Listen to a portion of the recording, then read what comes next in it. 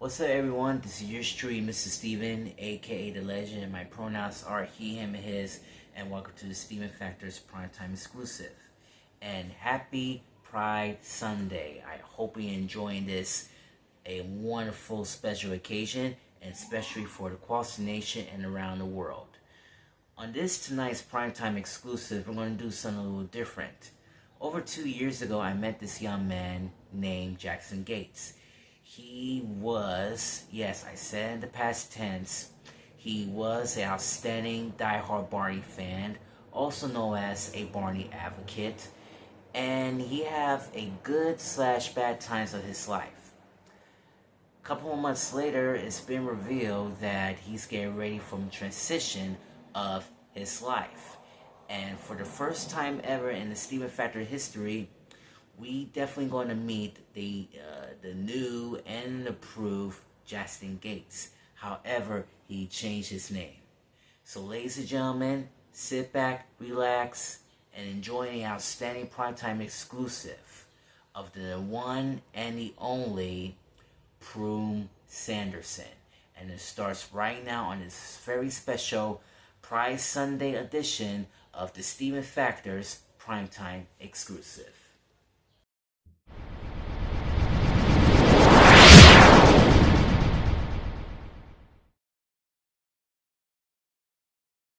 Alright.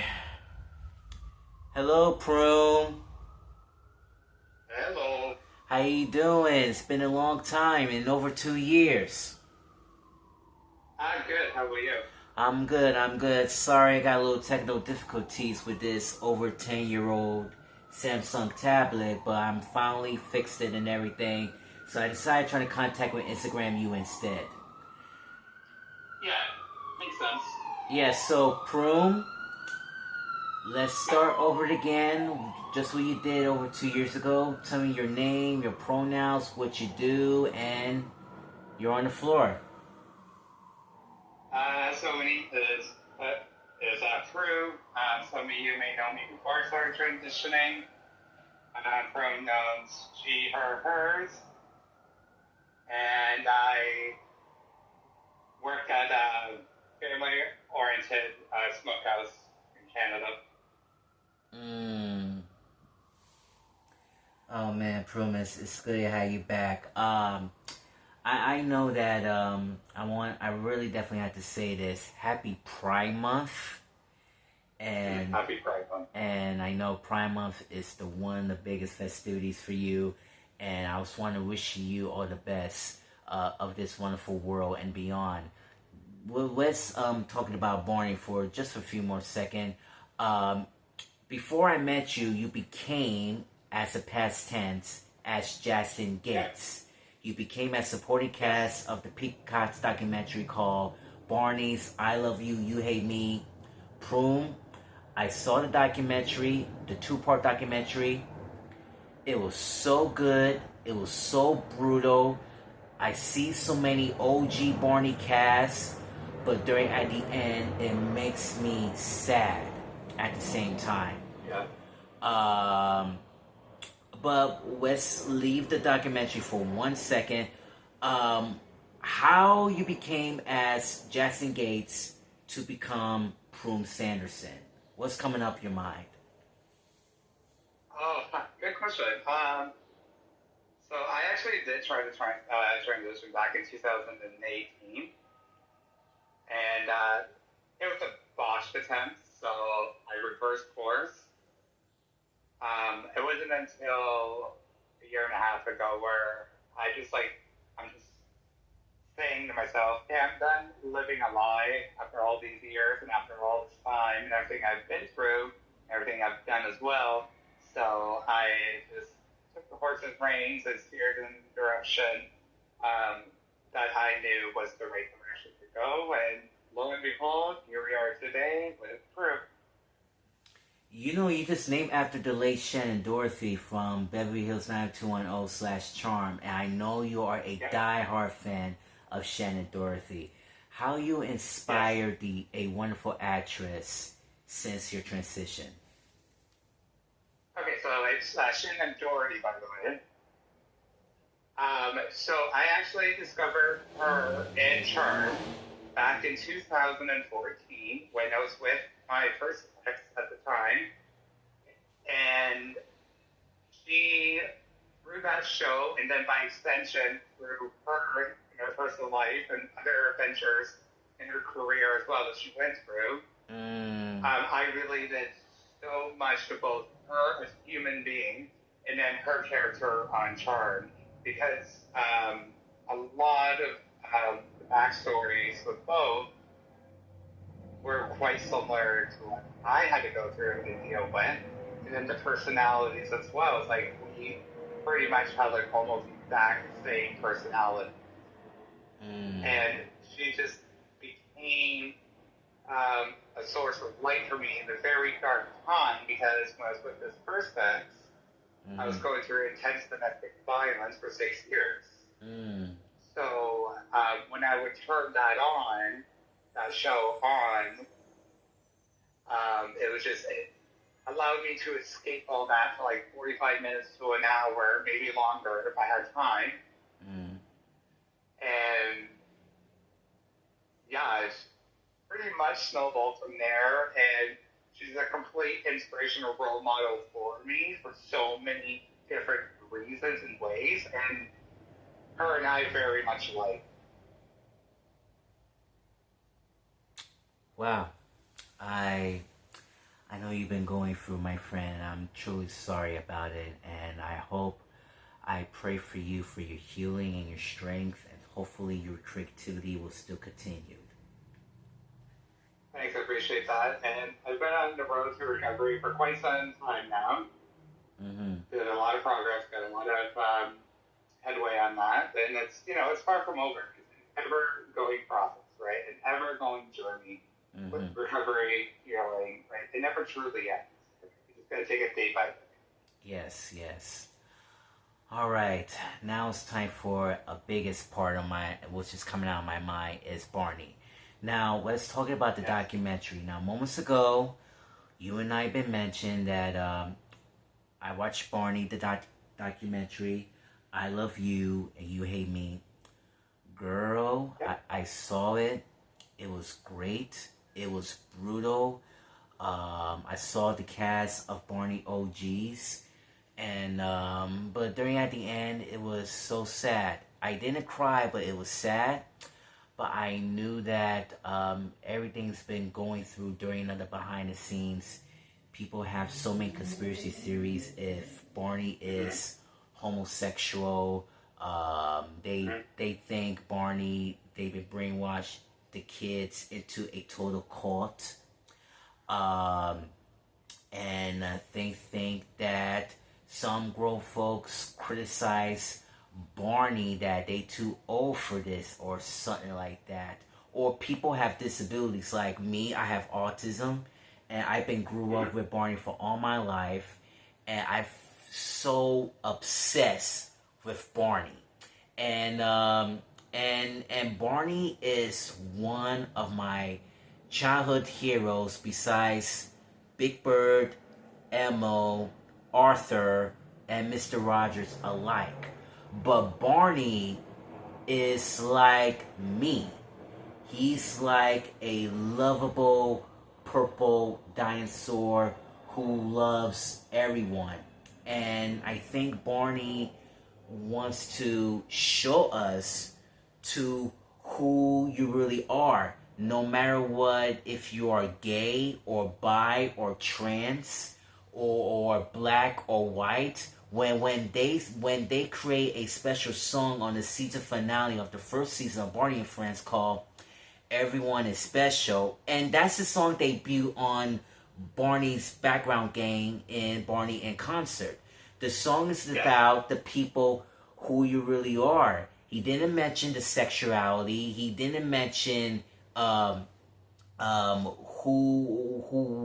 the gender is. The song is all about love and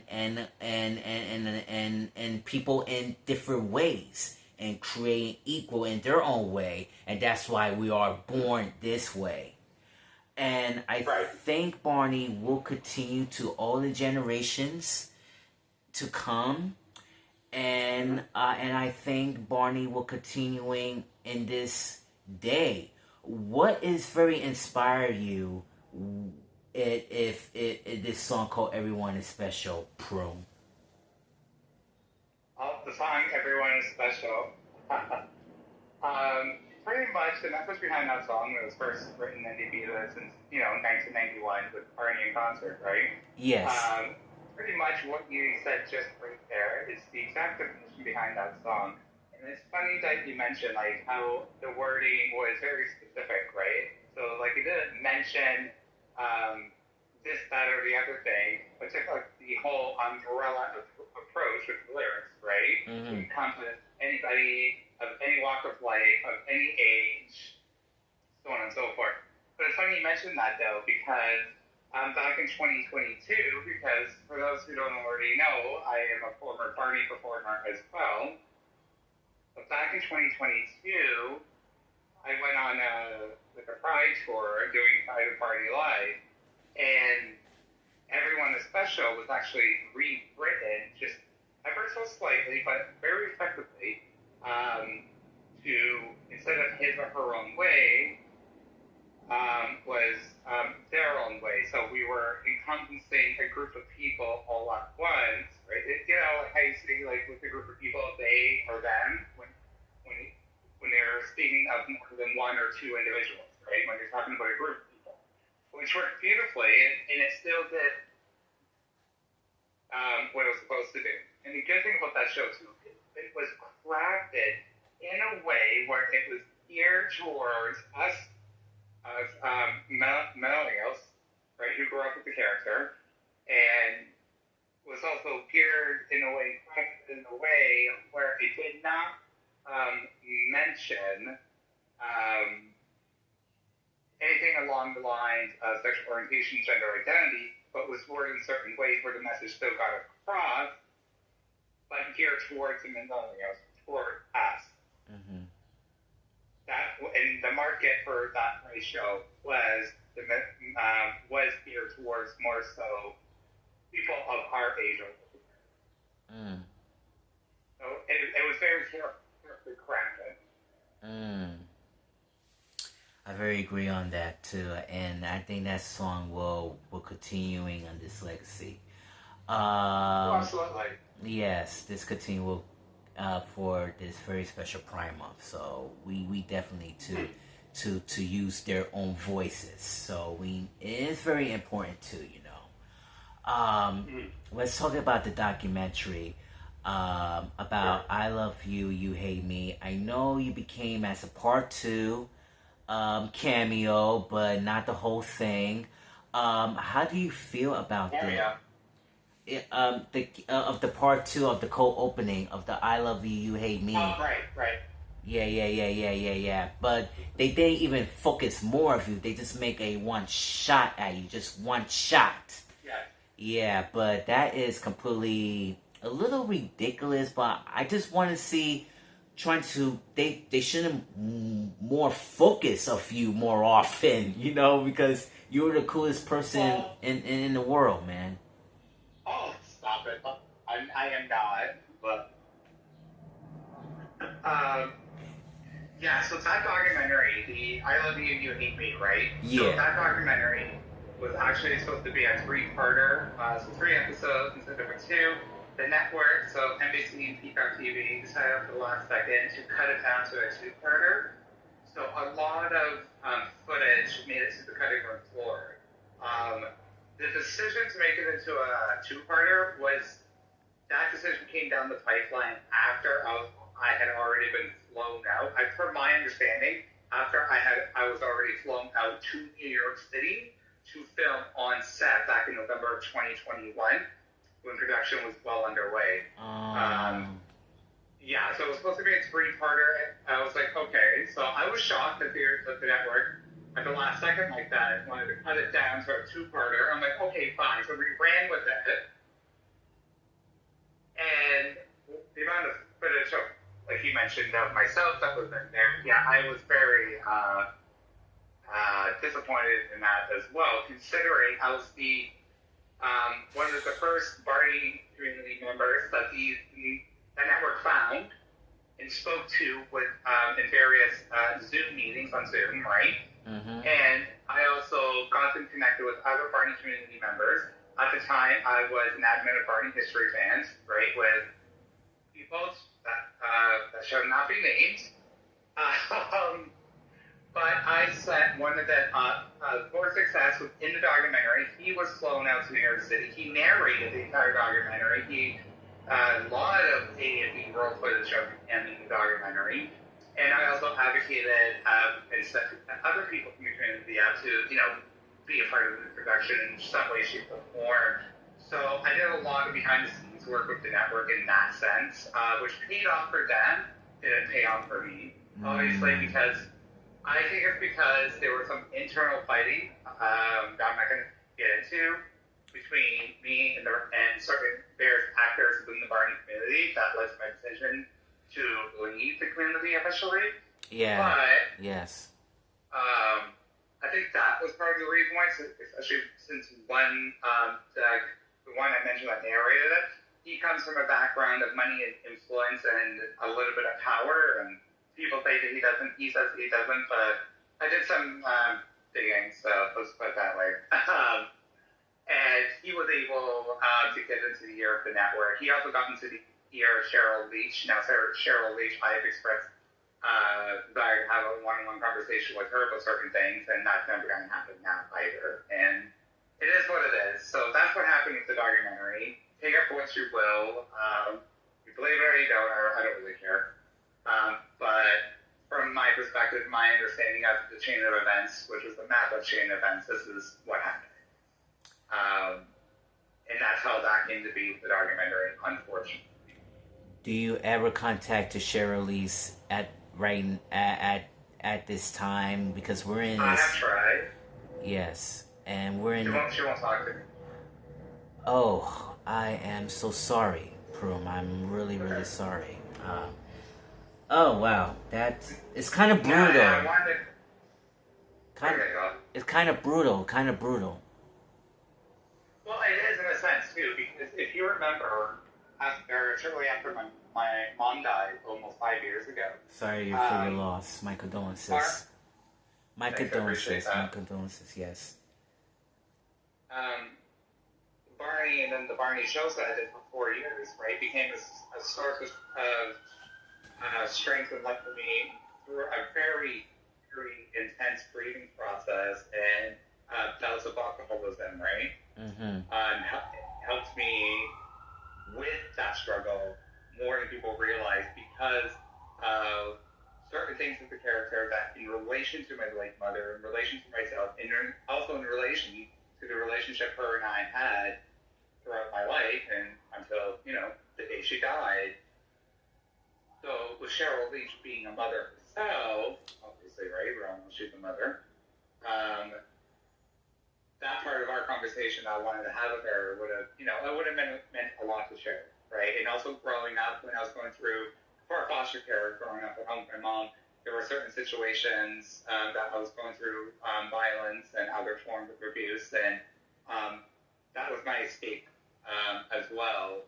Was through that character to, block out the trauma that was continuously ongoing inside the home. So there's, a lot of good reasons why I did try to get in contact with her, and to have at least just one video call or a phone call or something, one-on-one conversation with her, even just for 20 minutes, you know what I mean? Wow. Or even being able to send snail mail, so a letter to her, personal, through the mail, right? But because of certain people, that's never going to happen, and I tried reaching out to her myself, and she didn't answer. I think she's in the mood a little pro for the rest of her life. Who knows? Yes. Some Barney friends didn't doing serious topics.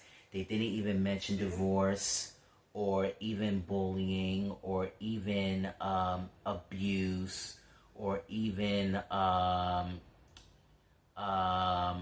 LGBTQIA+. They didn't even mention anything. But some of the shows, like Mr. Roger or Sesame Street, talk about some serious stuff, like divorce and parenting or even prison or everything. But Barney, on the other hand, what Cheryl Leach created is that she doesn't want to mention all of these things because she might trigger the kids in their different younger age. And I think that is the reason what parents were definitely talking about it. And some people, some parents don't want to talking about that. But I think she wants to leave it as it is in their perfect level so they could understand growing and learning, and hopefully they will in the future as well. And some people... Well, the thing about... Yeah, go ahead. Sorry, I cut you off. No, it's alright. Go ahead. It's my show. I don't want to cut people's off. I don't want to cut you off either. Okay, so the reason, Cheryl, that was exactly the reasons you mentioned, right, with the show. However, there were a couple times in the early seasons when they treated very lightly towards stuff like that and then retreated back. But in the entertainment era, I forget what season it was, but it was the infamous pistachio episode where Barney has an addiction, debilitating addiction to pistachios. And it was that script in that episode was crafted in a way where, because it was coming around at the time where it was coming more to light that people who had, were coming up with stories about parents having addiction, and then parents having addiction was becoming more of a focal point. So I think they tried in their own way, tried to jump on that bandwagon, and so we got the pistachio episode. But the way it was crafted, with me being, an ongoing recovering alcoholic myself, the pistachio episode, the way it was crafted, was very genius, and that episode actually helped me a few times, and they did it well. It was very unorthodox for the franchise with the brand, mind you, yes, but in my opinion, it was very well done. Just unorthodox. Right. I had to rewatch it again on YouTube because that does make sense to me, and in my adult world, and we need to understand what kind of addiction is. But you know what Barney's favorite lunch is? Peanut butter and jelly. Remember that episode? Yeah. Yeah, that's one of my favorites lunches of all time. When my grandmother was alive, she always making peanut butter and jelly, and that's one of my favorites. And also it's good for protein, exercise, health, and Barney is all about educational, so we could understand all these things. So listen, I'm a TA for myself for 3 years. And PBS is a classroom of television. Now, we're not going on, and you and I are not going this political situation because you know how to because the House has already been passed and it's going to cut $1.9 billion. We are not definitely talking about that because it happens. But if it happens during a midterms, my friend, they will go on to fail in 2026, so just forget about it. Now, let's talk about the controversy about what happened. When I saw that face... What happened where? At the Christmas show, at the community, where all these meddling kids destroy your Barney costume. Yeah. How the hell happened? Okay, so that night was November 25th, 2023. Oh, yeah. At the Mini Stage Rehearsal Studios in Hamilton, Ontario. Oh, yeah. So it was actually a Christmas, the event was a Christmas fundraiser for now defunct non-profit organization called Sing for Mental Health. So that was actually, Barney made an appearance. I was booked and scheduled and paid to make, for Barney to make an appearance for that Christmas fundraiser that night. So I came in, I wasn't the only one. So they had Santa there, obviously, but then they also had the Hamilton Tiger Cat mascot. So two two other people in suits there, but for the CFL, the Canadian Football League team for Hamilton, just the Hamilton Tiger Cats of stripes, and I think the mascot name's EJ or something, or I don't remember. But they had them there too, right? So you had Barney, you had the two mascots from the Hamilton Tiger Cats team, you had your stand, right? Okay, fine. And everything was fine, it was perfectly fine, up until I needed to take a smoke break. I was already in the suit for 2-3 hours by that point. Probably 3 hours. I needed to go for a cigarette break, and my team member that was with me on site wanted one too. So I was told specifically where to change in and out of the suit, and where the suit can be kept, and all this. So that hallway and that CCTV footage from the venue, right? That I got, that was a restricted area for that night because of the event. So that was actually a restricted area. No one was supposed to be back there unless you were, someone like me. So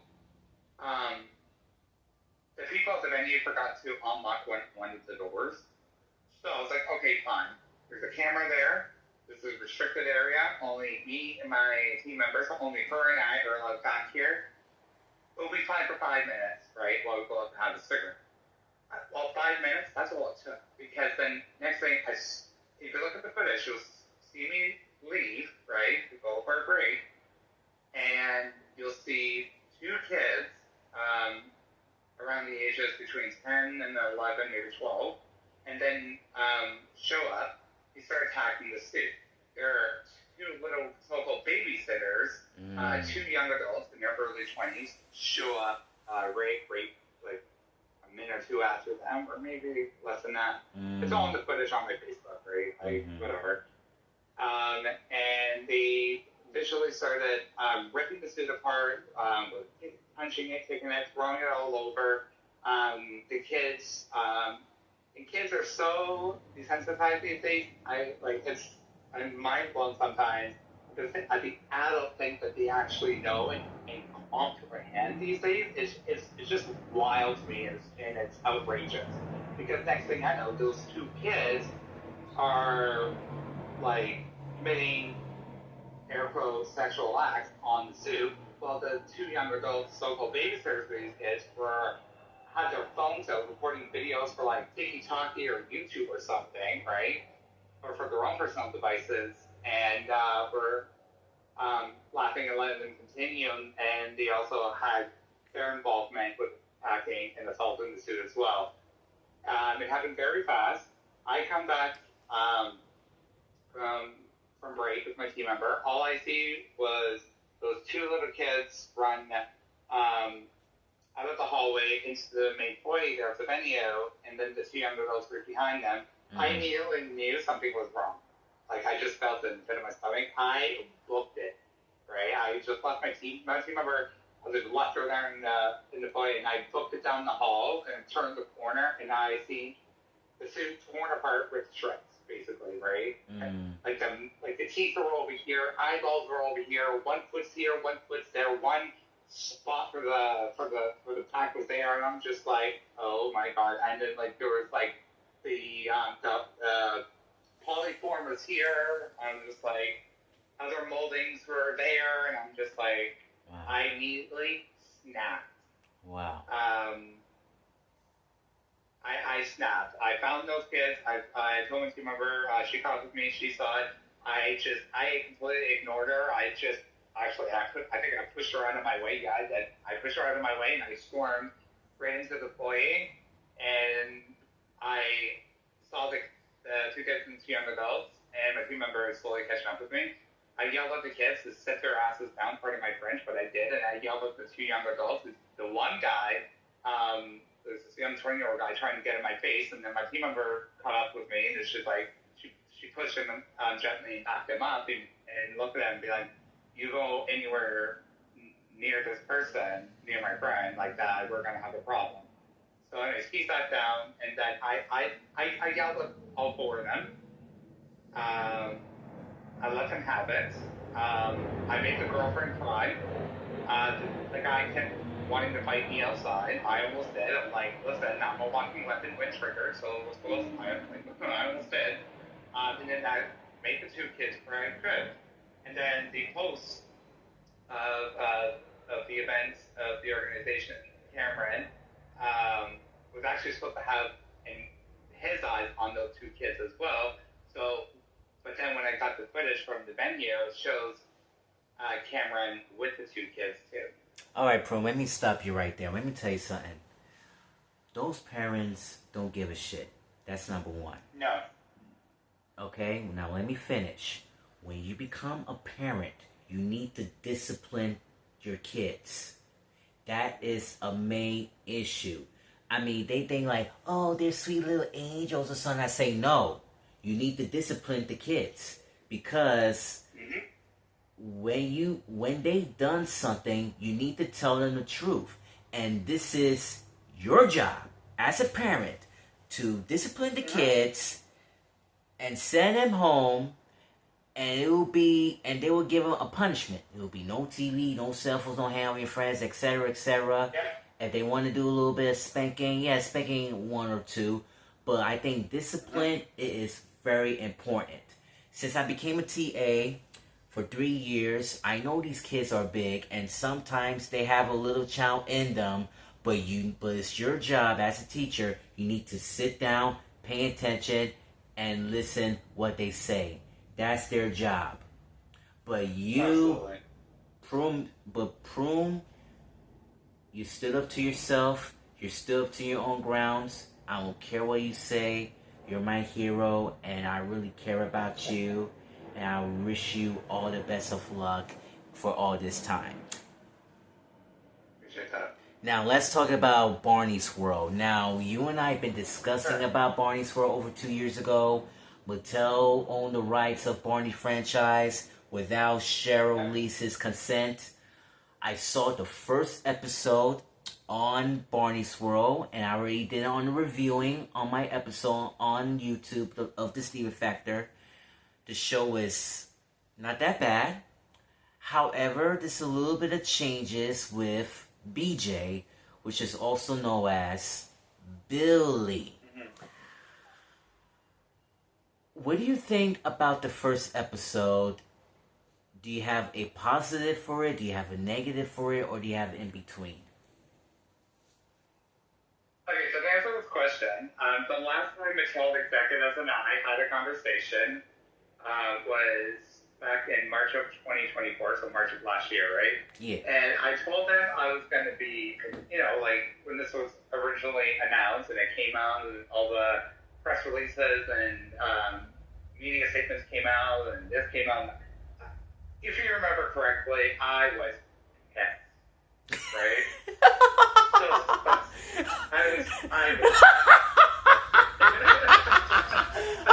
You was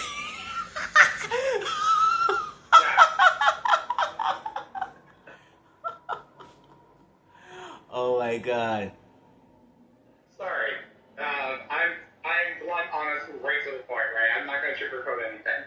However, I did talk in March last year where I was talking, the last time I talked to Mattel executives, right? Directly, obviously. Just like other times before that. I told them I was trying to keep an open mind. Yes. And not ruin it for those who fall in love with the reboot. So, to answer your question, I watched the first episode, I watched a few other episodes, and sorry, it's not my speed, it's not my cup of tea. Yeah. In my opinion, that was the wrong direction. If people are liking it or loving it, just like how we grew up with the original brand and the original character, all the power to them. I'm not going to go out and say this, that, and the other thing to them about it. Like, if that has gathered its own community, its own fan base, all the power to them. Wish them, nothing but the best in that regard. And I'm not going to ruin it for them. Like, if they love it, they love it, right? If you love it, run with it. Like, You know what I mean?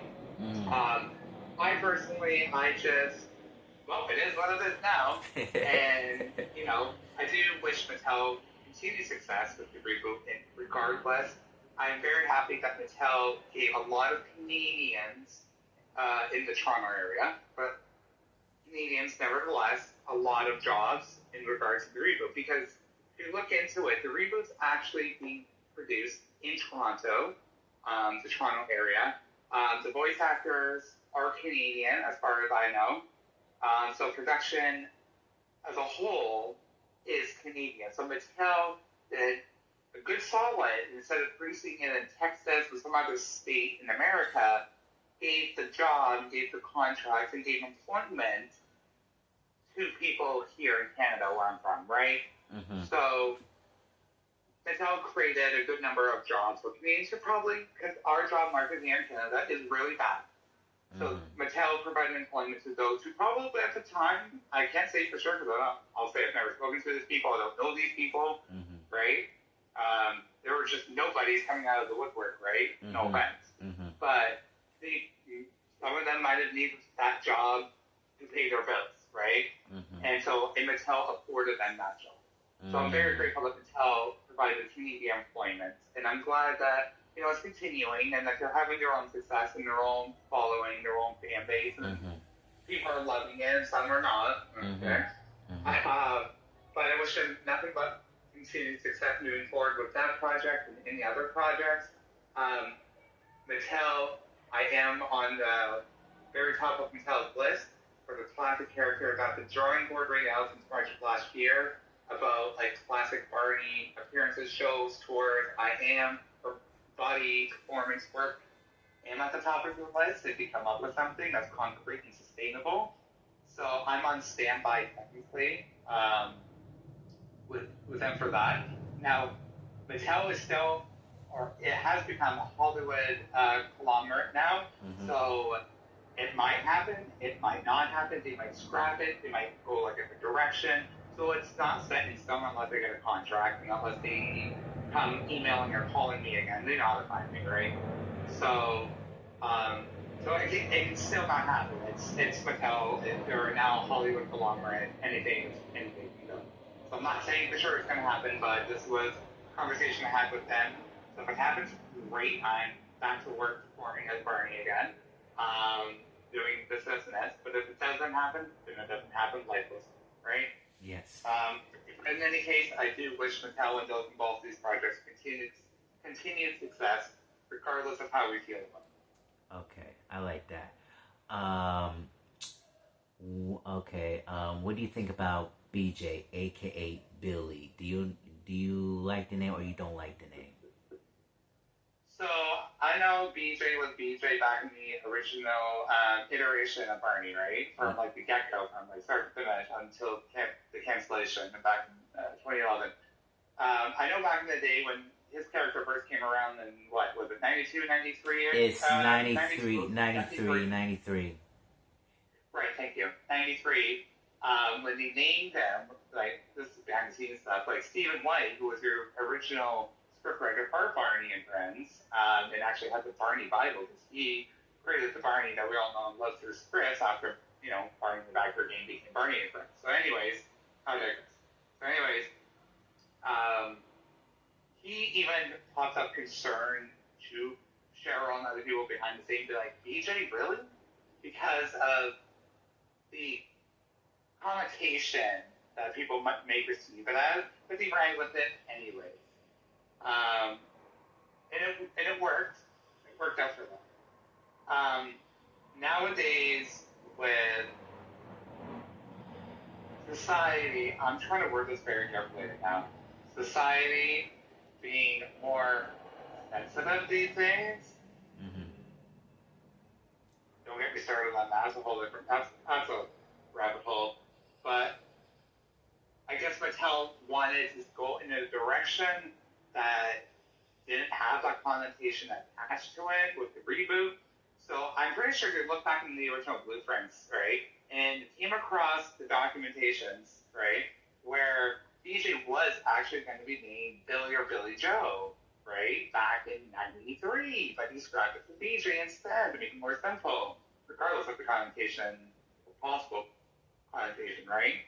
So I think Mattel, when they were at the drawing board for this reboot, saw that documentation and, like, Billy Joe, that works. So there is a bit of original Barney history attached to that decision and that remake of BJ, considering he was going to be named Billy Joe, but they decided a simpler name, BJ, despite whatever. And I think that's what Mattel saw in their files, and that's what he used, and that's what they did, and here we are. I like that. What do you grade for Barney's World? It could be an A from a scale from A plus to the F. What do you grade Barney's World? Oh man, I just told you a few minutes ago. I did tell Mattel to keep an open mind here. Okay, I think you No can. comment. I'm sorry. Yes. Okay. All right. One last question. Are you sure you're going to resurrect Barney again, or are you going to do something other projects in the future? That will, so other projects I would be interested in the future. That's non-Barney related. I've explored a couple of those options recently. Barney related. Again, as I said to you a few minutes ago, I am on standby with Mattel. It's something, and I don't know if that's going to for sure fly yet or not, because again, with Mattel being the hallmark that they are now versus what they were before, it's up in the air. It could be scrapped. It could go with someone else. They can go in a different direction. I might never hear from them again in that regard, or I just might, and I'm off to the races again as a character. But regardless, I'm waiting for Mattel. Okay. When it comes to stepping in those shoes of that character, taking center stage again as Barney, I am waiting for Mattel. I'm on standby. All right. Well, just tell me all the further updates in the future. Hopefully, like the next 2 years. Hopefully, like 2027, or maybe next year. Just follow up with me, and we could do it again. Some more further updates on my upcoming shows in the future. So I'm still need you, my Barney advocate. Oh, I'm here. Don't worry. I may not be a part of the community anymore, but I do check on things here and there. And like, I'm very open to having these conversations, these interviews. Still, I'm very open, to coming across people like you, I associated with, and other people if you want to have conversations or simple ideas or just simply catch up. Yes. I'm still here and willing and open. I'm just not a part of the community anymore, and that's going to be my choice for a very long time. Yes, I know. Social media is a very toxic people, and even in the outside world are very toxic people. Right. People are. And I will say, like, I did do a couple or few things that were like W2EF. So I know my accountability of that. But those that were involved are taking no accountability and culpability for themselves. Mm-hmm. It's all on me, and I'm like, yeah, that's not how that works. Mm-hmm. Anything I said, like, again, about how the footage with the Barney documentary, then Matt Parrish did a documentary, and one of them even actually threatened to blackmail him and his family, his production company, if I was anywhere near the documentary. So all my footage got cut, except for a quick snippet of my voice towards the end with Matt Parrish's documentary. Because he was threatened, I'm not going to mention by who, but was threatened by a Barney community member. The same person who narrated, same person who was money influenced in the big time. Yes. So he steered him into submission. And my interview for the documentary was already filmed at that point too. All right.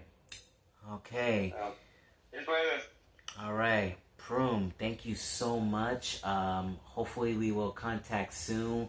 I wish you all the best, man, and happy Prime Month. And I just hope that you could give me more updates about Barney and all kind of stuff, and some more gossip. I love gossiping, but because we. Well, here's the tea then. Yes, or spilling the tea, all kind of shit. And um, here's what tea. all right.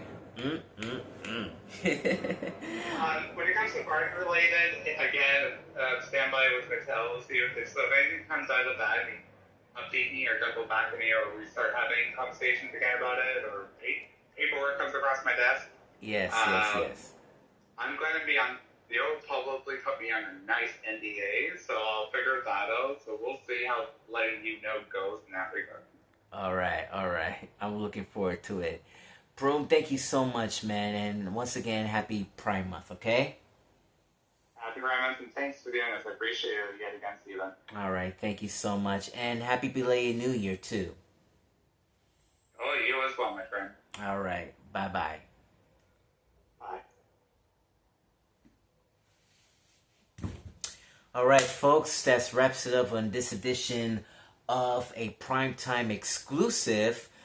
But guess what? It is not over yet.